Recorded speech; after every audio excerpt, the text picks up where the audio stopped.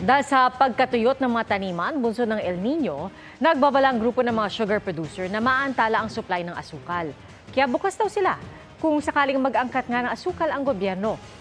Nakatutok si Mav Gonzalez.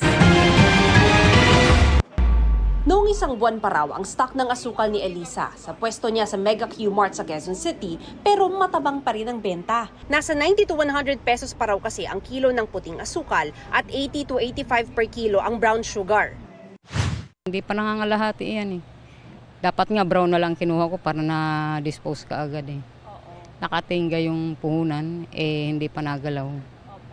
Kaya mabigat sa ang asukal, masyadong mahal. Mas mabili yung brown kasi medyo mura-mura pa.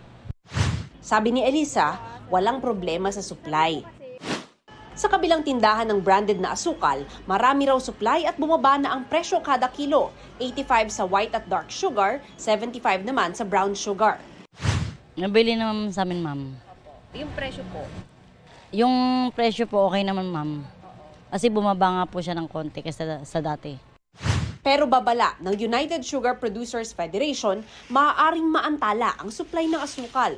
Hindi pa raw kasi makapagtanim ang sugar farmers dahil tuyong-tuyo na ang lupa. Resulta ng kawalan ng ulan dahil sa El Nino.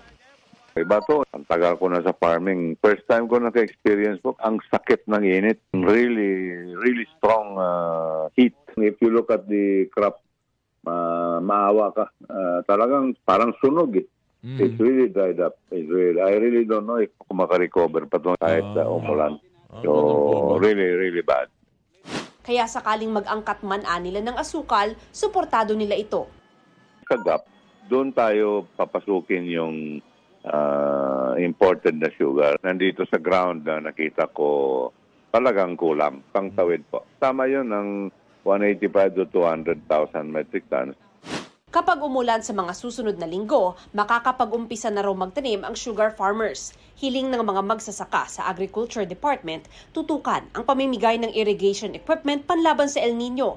Sinusubukan pa namin kunin ang pahayag ng DA at Sugar Regulatory Administration pero wala pa silang tugon.